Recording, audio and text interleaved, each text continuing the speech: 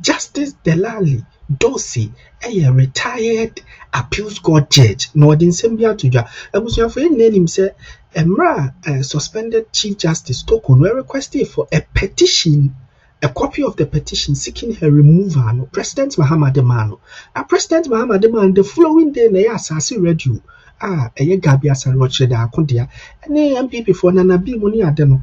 Started so revealing what the content of that petition now.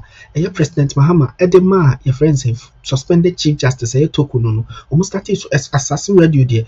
Started say and some woman now no more reading no more church, no more discuss it, which are under normal circumstances. Under normal circumstances, a petitioner is seeking the removal of the chief justice in camera. Anyway, say a back abwanting and no and this retired Justice Delali Isaac Dosi, our year appeals court judge, not or your appeals court judge, but it's or you're retired. Or the other two just say, "San your mana assassin radio, and in an NPP for you know, against the rules, any quite say omuyasa, against the laws, like a tiamra, any quite so omuyasa, I will say in camera. Mommy uncle and some Justice Delali Dosi, editor, our blog grant interviewer, or cassetia that sa adena assassin radio, and in an abimo, nkuti. Yeah, I can hear you now. Can you hear me? Yeah. Great. And thank you so much for making time to join us this morning and give us some education on these matters. You have been, or you were on the bench for many years and have a very strong appreciation of the law. How have we gotten here with respect to Madam CJ's case? Well, you see, this is a matter which is very new, and it has never happened before. And some people are justifiably agitated by it. But every employee of government, the president himself included, is an employee of government. A time will need to come when, for one reason or the other, he will have to be subjected to the rule of law himself. So the Constitution is for all the likely scenarios which will require or necessitate the president or the speaker or the chief justice or any other senior public officer being put to a state of disciplinary action. So we have been there all along, except that the machinery has not been set in motion against any chief justice to this extent. Well, chief justices throughout our history have attempts have been made to unseat many chief justices in our history. So this one is not quite new, except that it has gone further than all the rest. If you look at go ahead, sir. As I'm speaking, I haven't seen any of the petitions, and I don't know the grounds on which people are asking for the chief justice to be removed. So I cannot speculate on what is going on, because this is, I think, a legal things, and the name of the legal game is evidence. If you have not seen the evidence, you cannot. 1.3 FM. Once you have not seen the evidence, you cannot engage in speculation, because then what is happening is only a mere baggage of suspicions. So we need to have patience to ensure that the architecture, the legal architecture in the Constitution is followed. The position of Chief Justice is a very sacred one, and if people try to make a case against the Chief Justice, the Constitution requires that it must be done on the quiet. All the details must be done on the quiet until it is finally determined that the Chief Justice has actually misconducted himself or herself under the law. I see. So as it is, it would be nice if we can all just keep our peace for a while, for the process to go on. Because you see, it can be very embarrassing if the Chief Justice is, if all the things that are in the petitions are put out in the public domain, only for it to be found out not to be true. The process that is going to be followed in the committee set up by the president is going to be a very rigorous one, from my experience. It's like a trial. The people who have written the petition will have to go before the committee and give their evidence and be cross-examined as if there's a trial. And where the issue of misconduct borders on criminality, the standard of proof is going to be very high. Standard of proof will be beyond reasonable doubt. And all that, when that happens, all that the Chief Justice needs to do will be to cast a reasonable doubt on the case of the petitioners. So the petitioners also have a very big role to play in this matter. So it's just like being charged with a case to court. The chances that you will get out of the problem are as much as chances that you can be convicted. It's not every accused person who is convicted in the trial. So that's my take for now. If you have any questions, I will answer. Sure, we're going to be proceeding to the questions, but if you could also kindly unlock your video with respect to the Zoom. We're streaming live, and our viewers would want to see you as well.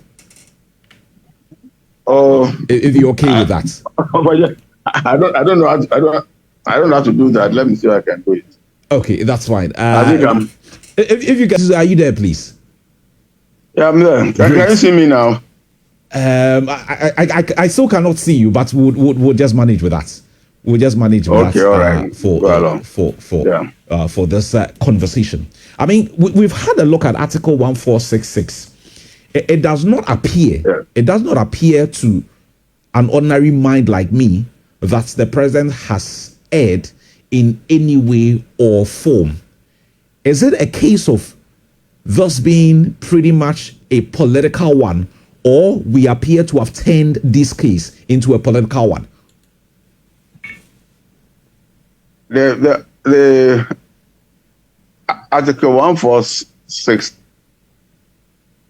is relevant for the purpose of the document all the way from 6 to 10, which lays out all the provisions of the steps that need to be taken. The president, as you can see, is compelled that he shall take the matter, the complaint or the petition to the Council of State for advice and act on the advice of the Council of State. So that one done. Then when the Council of State advises him, he will then set up he shall once again, it's a compulsory, once again set up a committee. And the body is described in an architectural form, and he has complied with that one as well. Then next comes the discretion to ask the Chief Justice or whoever is complained against to step aside. In normal administrative law, when you are holding a position and disciplinary action is commenced against you, the normal thing to prevent you from embarrassing yourself or from embarrassing any other person is to ask you to step aside. Suspension is not dismissal. And the patience must be had to ensure that at least the committee takes time and acts fast to make sure that the suspension does not last too long and come to its conclusion. Unfortunately, more petitions seem to be coming in, and it's going to drag matters for a while. The two new petitions which I have seen have been accepted. So I've heard, not seen, I've heard have been accepted, are also not known. And it means that 5 people are now or 5 groups of people are now petitioning against the removal of the president. Sorry, removal of the Chief Justice.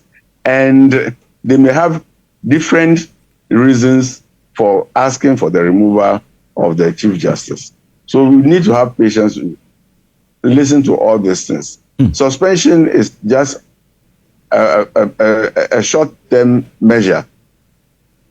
So my appeal as an elderly person in the society is for the people who have been leaking or pretending to be leaking contents of the petition to exercise caution, because they are making the matters worse. And they are not contributing to the sanctity of the procedure that is going on. I see. We know from history that this is not the first time petitions have come against the justices of the Supreme Court. We understand that there was a petition somewhere in 93 concerning the Chief Justice at the time, Ike Aban. There have been petitions against George Kingsley Akwa as well. Is it a case of... Justice Acha was even taken to court. Yes. Is it a case that the petitions that have come in concerning this matter, if you like, the gravity of the issues that have been raised has led us to where we are now? Obviously, if you look at the membership of the Council of State, there are 16 elected members, which means that they are very independent people. They have no reason to be grateful to President Mahama for being where they are. They stood their own elections and won. So I have the comfort to say that they will be fair. And Article 296 states that where a public officer is required to exercise discretion, they must exercise it fairly, without fear or favor. Those people, I'm sure, are there on their own. Then the other, you notice that only few people have been nominated by the president on the presidential nominees on the Council of State, and they are in the minority. I'm comfortable with the architecture, and I don't think that the architecture being what it is will allow the president, or the president has any chance of influencing all the members of the Council of State to act on his whims and caprices. So far, I think that the president has acted point by point in accordance with the Constitution. That's how far I can go with this matter. What do you make of what we are picking with respect to the same Council of States? That out of the 31 of them, about 30 of them voted in favor. That is why we've moved on to the formation of the 5-man committee. But there was a key abstention. We understand that the former Chief Justice, Madame Sophia Kufu, excluded herself or recused herself with respect to this and did not vote in favor. Is this striking for you, if that is the case?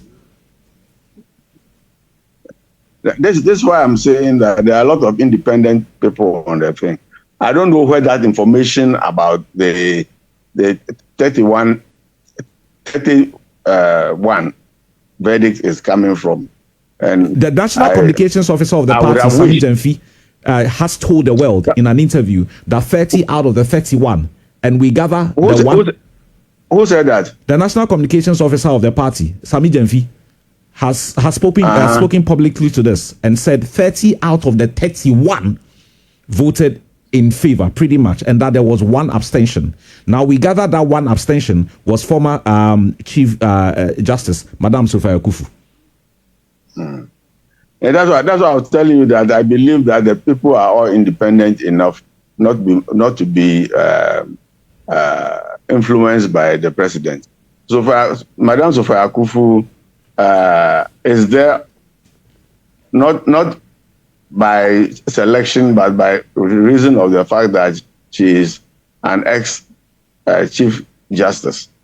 So I want to believe that if she has done that, then it means she has done the correct thing from her conscience and from the bottom of her conscience. I know her as a very outspoken and very upright and straightforward person.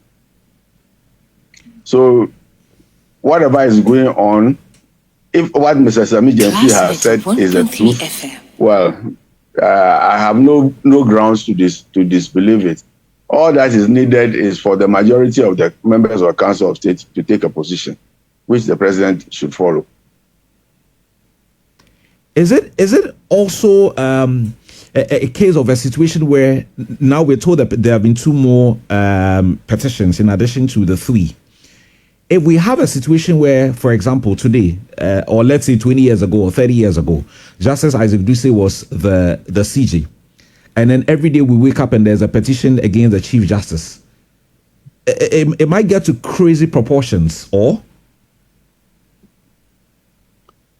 Yes, it might get to crazy proportions. That is why I'm urging that the committee should work fast in order to prevent a lot of complaints or petitions being filed.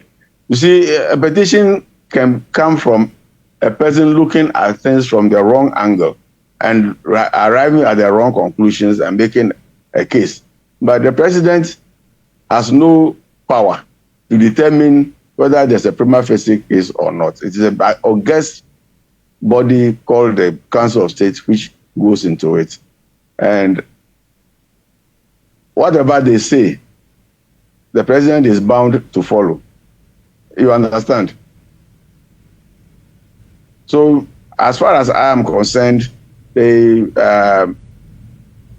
merely that the petition has been filed against somebody for the removal is not conclusive that the person will by all means go. I believe that the members of the Council of State, and then more importantly, the committee set up by the president, are independent, clear-thinking people who have integrity on their own and will do the right thing for the good of the country. I want to say also that the position of judge is, even though it is ring-fenced, that your tenure of office is guaranteed and you cannot be removed by the whims and caprices, like under the 1960 Constitution, in which Kwame Nkrumah or the president had the power to remove any judge from office. We are past that stage long ago. This process is going to be a watertight process. That is my hope, and that whatever decision the committee comes up with should be acceptable to all. Justice, please help me with this. Article 146 Clause 10A, where a petition has been referred to a committee under this article, the president may, emphasis on may, in the case of the Chief Justice, acting in accordance with the advice of the Council of State, by a warrant signed by him, suspend the Chief Justice. May is not emphatic for a mind like mine. I'm not a lawyer. In my understanding, the president is not being forced to suspend the Chief Justice. I don't see shall there. Could the president have still kept Madam in her job without suspending her? You see, the may, that's why I refer you to Article 296, where a public officer exercising a discretion. When you say you may, then it means you are exercising a... Now that must be done fairly. Hello? That must be done fairly. Hello? Okay. Hello? Yeah, can you hear me? Yeah, we lost you briefly, Judge. Please go ahead. As I was saying, Article 296 requires the president to act on a discretion. And I can't say, engineer and crane to do crane. So it is fair, from my point of view, for the president to ask the Chief Justice to set aside why these things are going on. And you know, the investigation by the committee of inquiry will take a lot of time, and it doesn't seem very easy for the Chief Justice to be conducting public or while still attending the meetings of the. Hello. Can you hear me? Can you hear me? Hello. Can you hear me? Okay. Can you hear me? Yes, I can hear you now. You can hear me? Yes, it's better now. Please go ahead. Yeah, good. As I was saying, the president exercises a discretion, and I think that it is only fair for the president to do that in order to reduce the stress that will be on the Chief Justice. As I'm speaking now, if I were in her shoes, I'll be very greatly stressed. And to combine official duty with attending these committee meetings and the rest of it can be counterproductive. So for me, I think that the president has acted fairly by asking her to step aside so that she will have sufficient time to compose her defense and to testify and do all the rest of it that needs to be done. The president couldn't have done any better. We also understand that the petitions were made available to her, which she responded in about 10 days. She has to meet a committee concerning this. I mean, how likely is it going to be so different from what she's going to be saying in person to what she would have given to the committee with respect to the responses to the petitions? What is not clear to me is whether the Council of State, by coming to the conclusion that the prima facie case has been made, looked at her response as well while doing that, because it is not clear in the order of things that were made that the Council of State needs to see her response before taking a decision. And mind you, prima facie case doesn't mean that there's a conclusive evidence. It just means that there are some reasons for which the Chief Justice needs to explain herself to the committee as to whether what she had done is proper or improper. So as far as I am concerned, I think that what is going on is following the Constitution very clearly and very meticulously. So at this point, the president has not erred. Nobody can convince me that the president has erred. I think that he has been very fair. When you want something to be done very clearly and very transparently, there's the issue of hatred or dislike or animosity and all those things should not be there. And the president might not be seen to be under unnecessary pressure while this issue is going on. And I want to believe that it's not the president who is a petitioner in this matter. And the president, I believe, is not seriously concerned about who is Chief Justice at the moment. And therefore, he is doing what he needs to do so that this country can move forward. And once again, let me reiterate that merely receiving petitions against somebody is not conclusive that the person is going to be found guilty or liable. And right now, as you said, nobody knows the contents of the distance, whether it is out of 1.3 FM. The failure to do something is also an offense. Doing something wrongly or badly is also an offense. And therefore, we don't know what it is. As I told you, I don't know what it is that is irking the people who are writing the petitions against the Chief Justice. I hear people saying that it is retaliation and all those kind of things, but I don't want to go that way. Retaliation is not justice. Even if there should be retaliation, then the retaliation must be based on facts not just merely because waiting in Wakame. So this is law, and the rule or the name of the game is evidence. If there's no evidence, there can be no conclusive findings made against the Chief Justice. But if there's evidence, then of course there can be.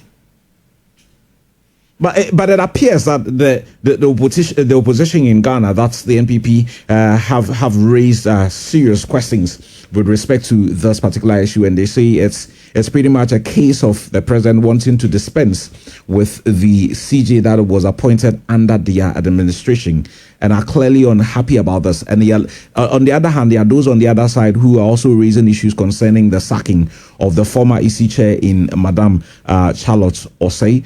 Should we be going on a tangent like this as a country? It is unfortunate.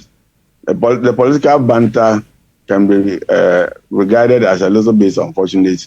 But the question is, if anybody in the public has evidence to the contrary, he can present himself before the committee and then also give evidence that he has to give the committee. Even though it's a hearing that is be done in camera, there are processes that will enable anybody else who has evidence contrary to what is going on to submit his evidence before the committee, for the committee to decide very comprehensively on this issue. It's not an issue which is it's not a football game that we are playing. It's a very, very serious constitutional thing, which decision will last for several years if this republic lasts for 200 years. In American Constitution, only one judge, one Chief Justice, from my readings, was cited for misconduct and was tried before the Senate and was cleared. Class so 91.3 it is also possible that this process will go on and on and on, and eventually the Chief Justice may be cleared.